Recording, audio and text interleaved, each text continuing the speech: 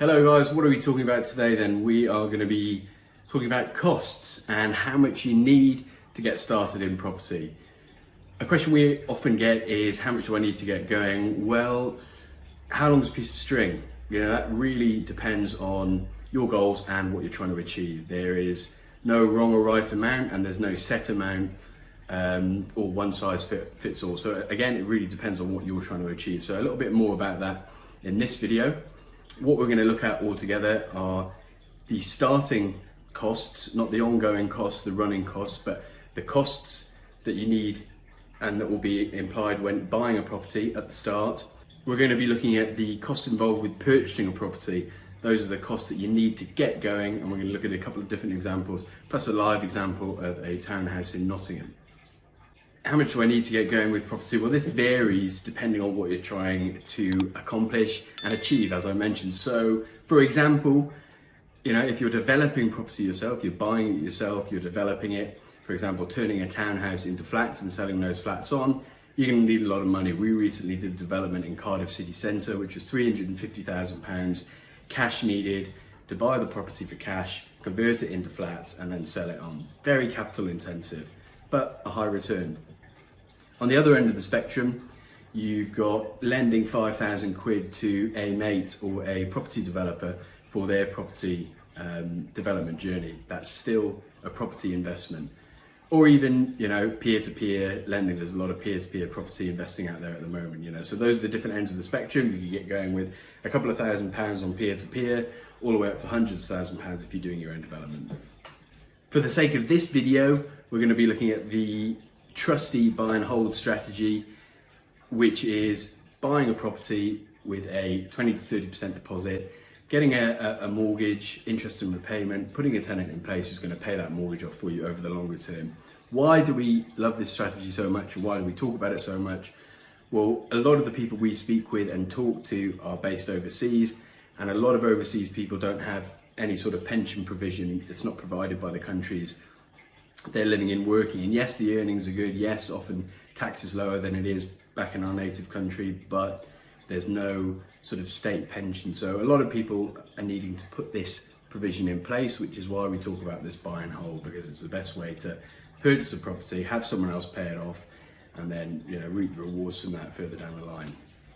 We're going to be looking at a townhouse in Nottingham, and we're going to be looking at all the startup costs involved in purchasing that property. It's a £150,000 property. So here we go, let's jump in. What are the baseline costs then, and how much do you need to get going? There's 4 costs that you need to consider when you're purchasing property. That's the deposit. As expats or people living overseas, you know, we work on a 20 to 30% deposit. It's there on the side of caution here and say 25%. So your deposit, your stamp duty. Okay, so this is a buy-to-let property, so that's got the 3% surcharge. Plus we're an investor overseas, so it's another 2% surcharge. So it's 5% stamp duty. Again, that may seem like a lot, and it is if you're trying to flip a property, but again, if you're buying and holding for the long term, it's not really that big of a deal. So you've got the deposit, stamp duty, you've got the legal fees to have a conveyancing team carry out the purchase for you, about £1,000. You can get quotes online. We did a video on it previously.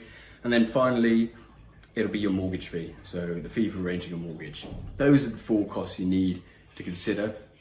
As I say, there are others out there. There'll be ongoing costs, property insurance, for example, but those are all ongoing costs of the property and will be covered, if you buy in the right place, by the tenant.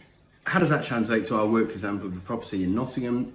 25% deposit on £150,000 is £37,500. Your 3% plus your 2% stamp duty, 5% is £7,500. You've got legals of £1,000, and then your mortgage arrangement fee of £500 to £900, or 1% in some cases, depending on who you use. So I'm going to say £1,000 there.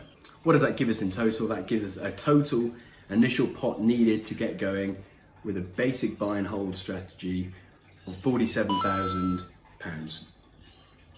Whoa, you might say, that's a lot of money, I can't afford that. Or maybe, I thought it'd be more than that.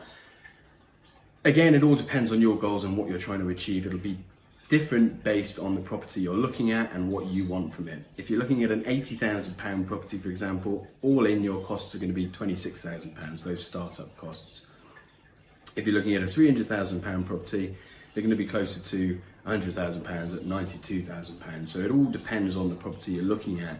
But as a guideline, those are the costs you need to take into account when looking to purchase a property. The best thing to do is look at your goals and the means you have available, and then to figure out a strategy and a property from there.